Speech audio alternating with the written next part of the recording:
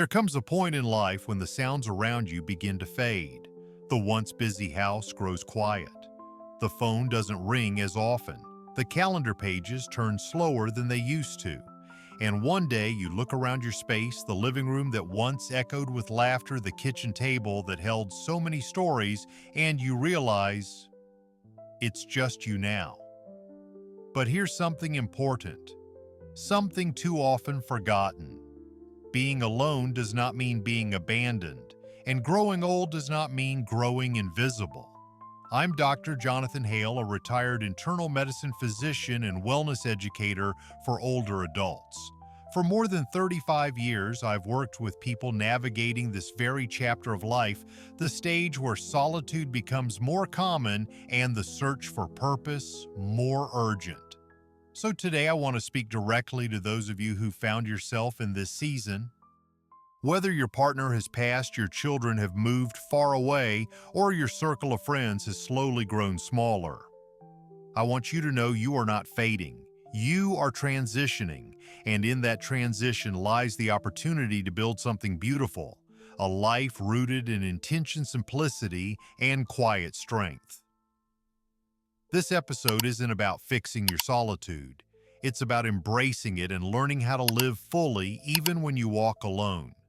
So if this message speaks to your heart, please take a moment to like this video, share it with someone who might need it, and subscribe to this channel. Because here we believe aging can be powerful, purposeful, and deeply human even in the silence. Now let's begin with the first step. One that may seem simple, but is life-changing when done with intention.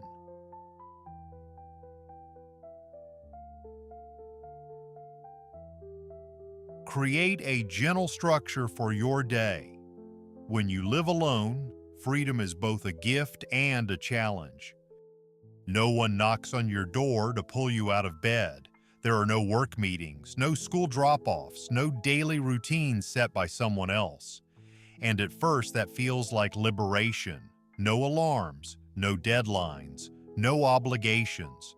But over time, that endless freedom can become a quiet trap. Without a rhythm to anchor your days, the hours begin to blur.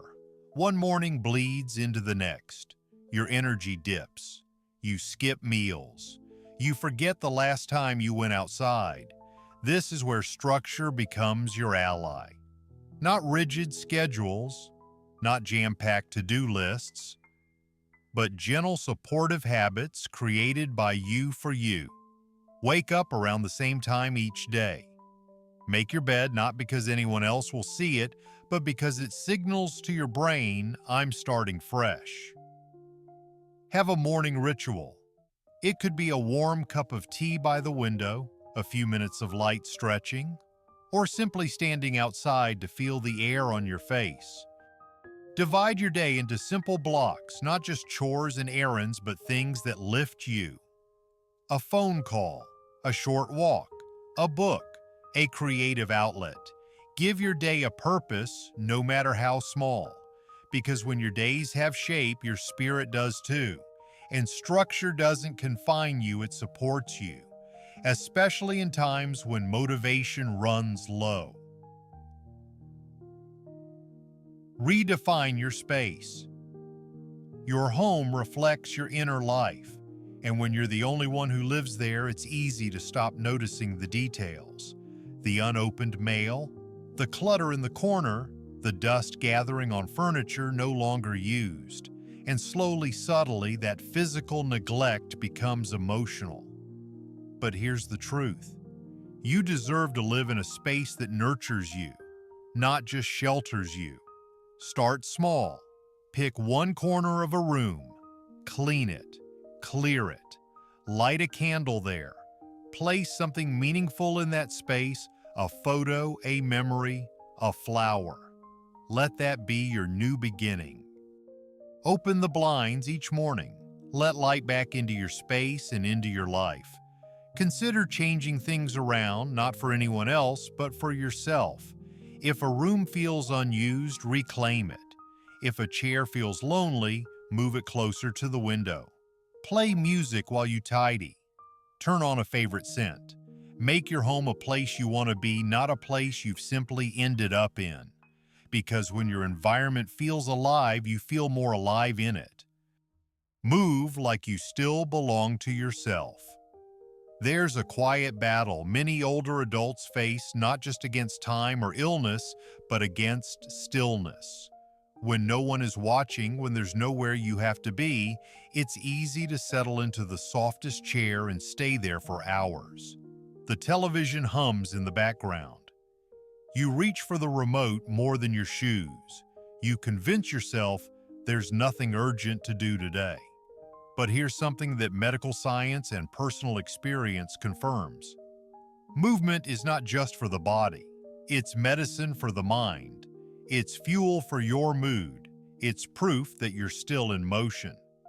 The Mayo Clinic reminds us that consistent movement, even light walking, improves cardiovascular health, boosts mood, increases energy, and reduces the risk of fall, stroke, and cognitive decline.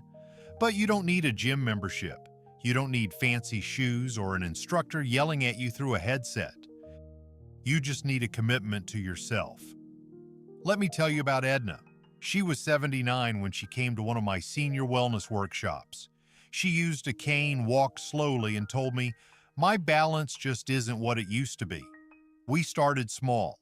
10 minutes of stretching every morning, walking from her mailbox to the corner and back twice a day, adding gentle leg lifts during commercial breaks while watching Jeopardy. 3 months later, her cane was in the closet more often than not. She started attending line dancing classes at the community center just for fun. Her energy changed, her posture changed, her confidence returned. That's the power of reclaiming movement. You don't have to be fast, you just have to be willing. Try this. Stretch your arms when you wake up. Walk the hallway 3 times before lunch. Dance in your kitchen to a favorite old song. Lift 2 soup cans 10 times while standing. Do heel raises at the sink while waiting for water to boil. These are not meaningless motions. They are declarations I'm still here. My body still serves me. I still choose to move. Your muscles respond. Your circulation improves. Your spirit lightens.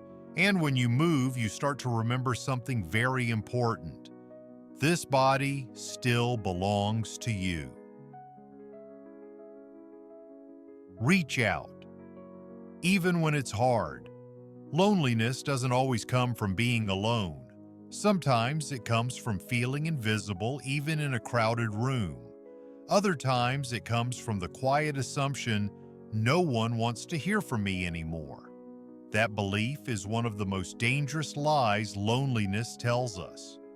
Because the truth is, you still matter to people even if they don't show it the way they used to. And sometimes they're just waiting for a signal from you.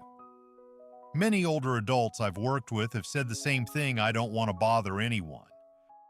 They probably have their own problems. I don't know what to say anymore. But what if we reframe that? What if your voice is exactly what someone else needs today? Let me tell you about Walter. He was 82, lived alone, widowed for almost a decade. He'd stopped hearing from his extended family, and over time he began assuming they simply didn't care anymore. One afternoon, his granddaughter, only 19, came to visit. She told him something that broke my heart. She said, "Grandpa, I always wanted to call, but I didn't want to upset you. I thought maybe you didn't want to talk." Both had spent years in silence, not because they didn't care, but because they didn't know how to reconnect. So we created a simple goal for Walter: reach out to one person every Friday.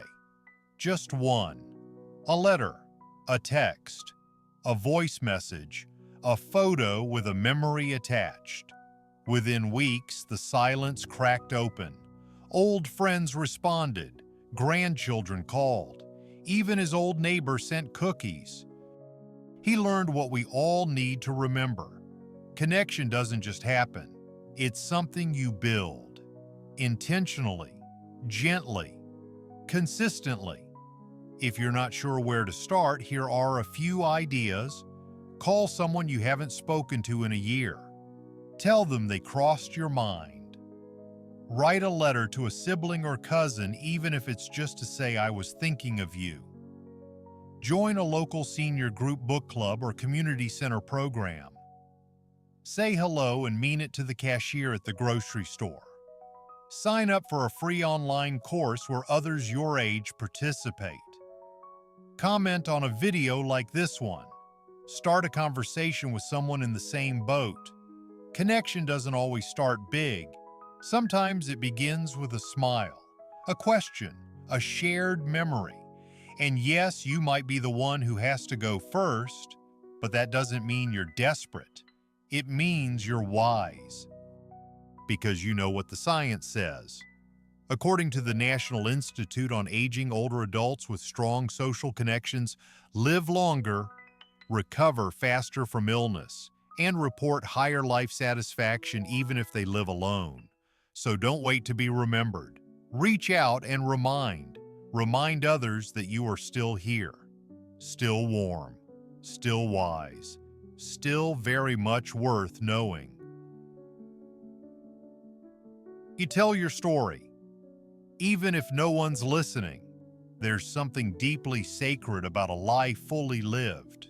The memories, the lessons, the heartbreaks, the victories, they are chapters written in invisible ink on the heart.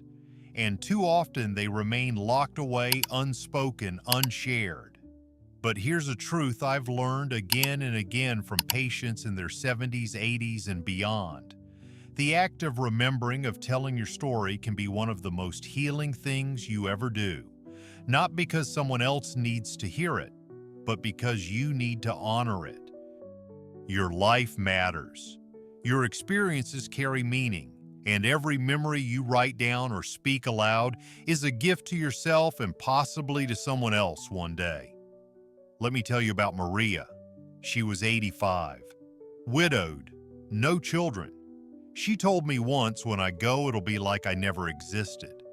I handed her a small journal and said, "Start with the moment you first fell in love, not the one you married, the one who first made your heart beat faster." She laughed, blushed, and wrote her first entry that night.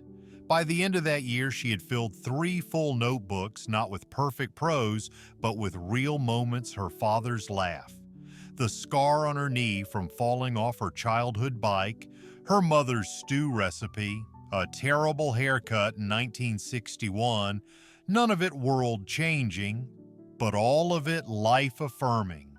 She said, "I don't feel invisible anymore. I feel remembered by myself."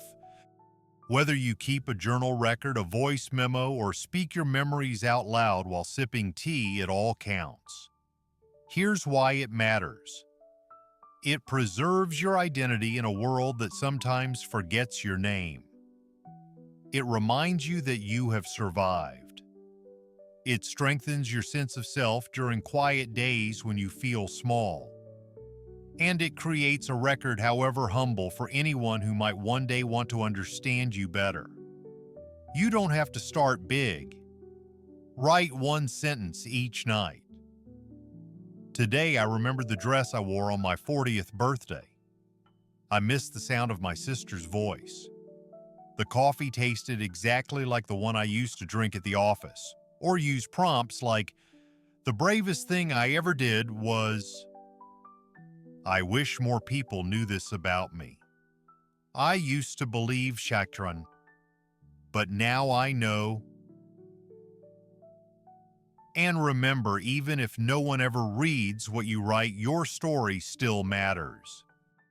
Because when you give yourself permission to remember, to speak, to write, you give yourself something incredibly powerful. Validation. You say to your own heart, "I see you. I've lived. I am still here. And that's more than enough." Speak to yourself like someone you love. When the house is quiet, when there's no one left to argue with or lean on, there's still one voice that never leaves your side, your own. And for many older adults I've worked with, that voice can become a bit unkind over time. Not out of malice, but out of habit. It whispers, "You should have done more with your life." No one calls because you're not important anymore. You've become a burden. It's too late to matter. Sound familiar? This inner dialogue, the silent script that runs through your mind, is more powerful than we often realize. According to research published by the Cleveland Clinic, negative self-talk increases stress hormones, impairs immune function, and accelerates symptoms of anxiety and depression in older adults. But here's the hopeful truth. You can retrain your inner voice. You can become your own best source of compassion. It begins with awareness. Catch the thought when it creeps in, "I'm useless now," and gently replace it with, "I still have time, and I still have value," instead of "no one cares." Try "some people may be distant, but I can still care for myself and others." And most importantly, when you look in the mirror and don't recognize the person staring back, choose kindness over criticism. You've made it this far. Through heartbreak, through illness, through grief, through a world that keeps changing faster than ever. That deserves respect. Here's a daily practice I've shared with many patients and use myself. Each morning after brushing your teeth, say something kind to yourself out loud. Just one sentence. Examples: "I'm proud of how I keep showing up." "I deserve peace today." "I am more than what I've lost." "My presence is enough." It may feel strange at first, but over time your mind will begin to believe it. And when you're kind to yourself, you're more resilient, not just emotionally, but physically. According to Harvard's Healthy Aging Research, self-compassion reduces inflammation and lowers risk for chronic disease.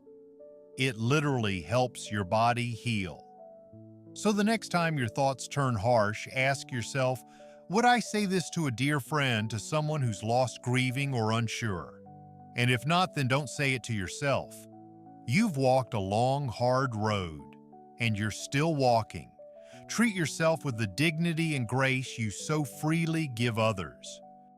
Because the most important relationship you'll ever have, especially now, is the one you have with yourself.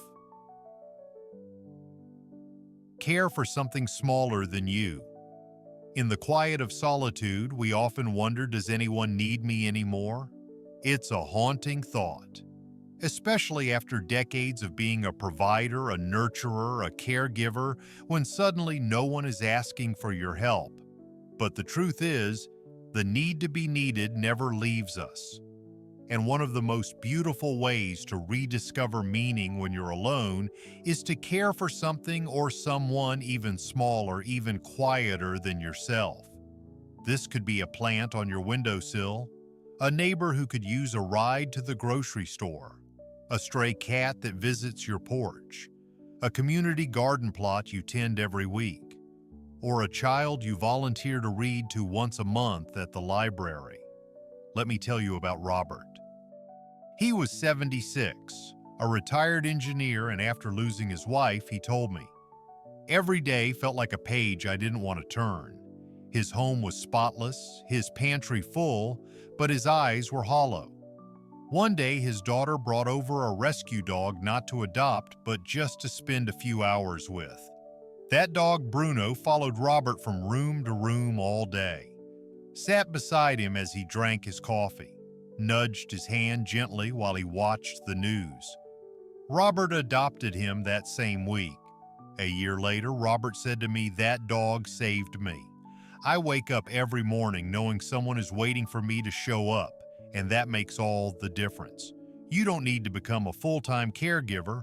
You don't need to fill your calendar with chores, but caring for something reminds your soul you still matter. You still give life. You are still connected, and science backs this up.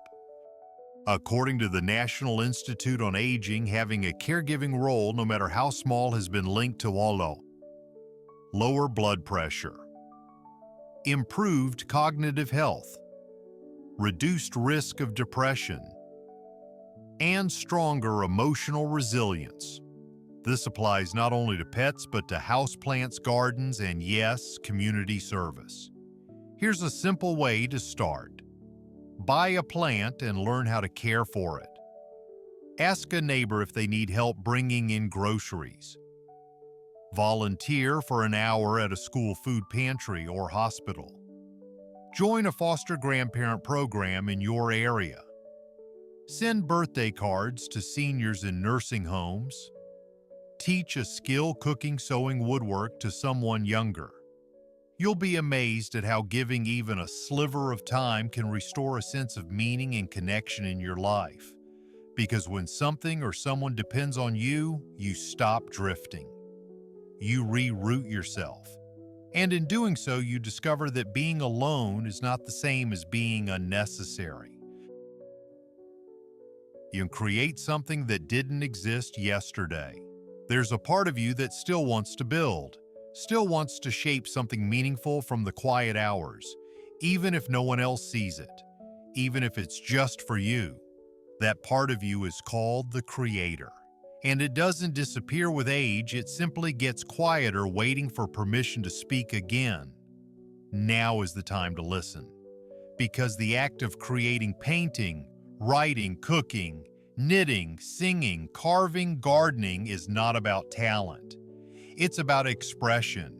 It's about reclaiming a part of yourself that's still alive and vibrant. Let me tell you about Evelyn. She was 81 when she started painting again. She hadn't picked up a brush since she was 22. Life, marriage, kids, bills, work all came first. But after her husband passed and the house grew quiet, she found an old watercolor set in the attic. The paper was yellowed, the brushes stiff. Still she tried. Her first painting, a vase of lilacs. She said it looked like a purple smudge, but she smiled when she said it. 3 months later, she framed her 6th painting and gave it to her daughter. Now she teaches a beginner watercolor class at her senior center every Tuesday morning. Evelyn's hands didn't stop aging, but they started living again. Here's what creating something does. It helps you process emotions without needing words. It shifts your focus away from fear or regret. It gives you something to look forward to. It proves that you still have something to say, even if no one hears it, even if it's messy, even if it's just for you. Creativity is healing. The Harvard Health blog explains that older adults who engage in creative activities experience lower rates of cognitive decline, fewer symptoms of depression, improved hand-eye coordination and memory, and a stronger sense of purpose. So start small. Write a poem about the changing seasons. Bake a recipe you haven't tried in years. Sketch your childhood home from memory. Record a voice memo telling a story from your past. Repurpose an old item into something new. Make something with your hands today, even if it's just folding paper into a swan. Why? Because when you create something, anything, you remind yourself, I am still shaping this life. I am not finished. I still have beauty inside me. This is not the end of your story. The house may be quieter, the dinner table may have fewer chairs, the phone may ring less often, but you are still here. And as long as your heart beats, as long as breath fills your lungs, your story is still being written. Solitude is not an ending, it is an invitation. An invitation to reflect, yes, but also to rediscover, to rebuild, to reimagine what life can still become. Being alone doesn't mean you've been left behind. Sometimes it means you've come home to yourself. It means you now have the freedom to ask, what do I want this next chapter to feel like? Peaceful, creative, nurturing. Silly, spiritual. Joyful. You get to choose. You can spend more time outside. You can build new habits that fit the pace you prefer. You can choose who you speak to, how you dress, what you create, all without judgment. And yes, grief still visits. Loss still echoes. There are days when your strength feels thin, your will feels tired. But even then, even in the softest version of yourself, you are powerful. Because you are choosing to live. Let me tell you about Howard. He lost his wife of 51 years, the first year after he barely left the house. But one day he sat down with a notebook and wrote, "If I have 5 years left, I want to feel 5 years alive." He taped that page to the fridge. Since then, he's traveled to visit his brother in Oregon. He adopted a senior cat. He joined a walking group even if he can only walk one lap. He learned to use Zoom to talk to his niece every Sunday. Howard still misses his wife, but he said something that stuck with me. I thought my life was over. Turns out it just needed a new voice. So let me say this to you now. You are not just filling time. You are still creating a life. One walk, one smile, one act of courage at a time. Loneliness may visit, but it doesn't have to move in. Grief may stay, but it doesn't have to lead, because your story is still unfolding, and there is space in it even now for laughter, for warmth, for connection, for meaning. So when you wake up tomorrow, ask yourself, what small thing can I do today to feel alive, and then do it? A cup of tea by an open window, a handwritten note to someone who forgot you, a walk beneath the trees, a prayer, a recipe, a memory, a dream. That's how we keep going. That's how we build joy even when we're walking alone. If this message touched something in you, please share your thoughts in the comments. What part of this story reminded you of your own? What small action will you take this week to care for yourself? And if you found value in this, please like this video, share it with someone you care about, and subscribe. You are not alone. We see you. We honor you. We walk with you. And together we will keep building something beautiful one day at a time. Take care of your body. Speak kindly to your soul. Create, connect, breathe, and above all, live your life on your terms. You've got this. And we believe in you.